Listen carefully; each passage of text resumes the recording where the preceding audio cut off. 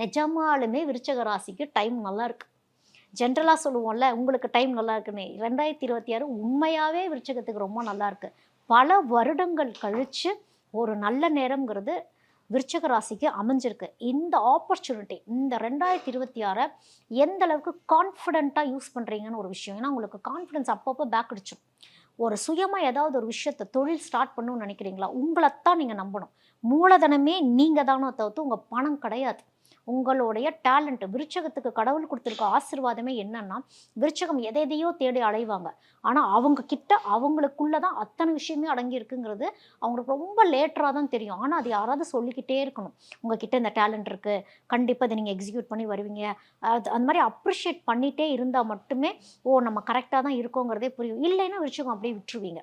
அதனால 2026 ரொம்ப ரொம்ப டைம் நல்லா இருக்குது. துணிஞ்சு ஒரு செயல்பாடு பண்ணுங்க.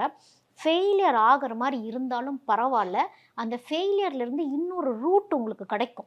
இன்னொரு வழி உங்களுக்கு கிடைக்கும். அது டிஸ்ட்ராக்ட் பண்ணிவிடும், இன்னொரு ரீடைரக்ஷன் பண்ணிவிடும். அப்படிங்கிறது தான் உங்களுடைய அமைப்பு. ரகங்கள் பலவிதம், ஒவ்வொன்றும் உலகத்தரம். தமிழக உற்பத்தியில் உங்கள் அனுஜ் டைல்ஸ்.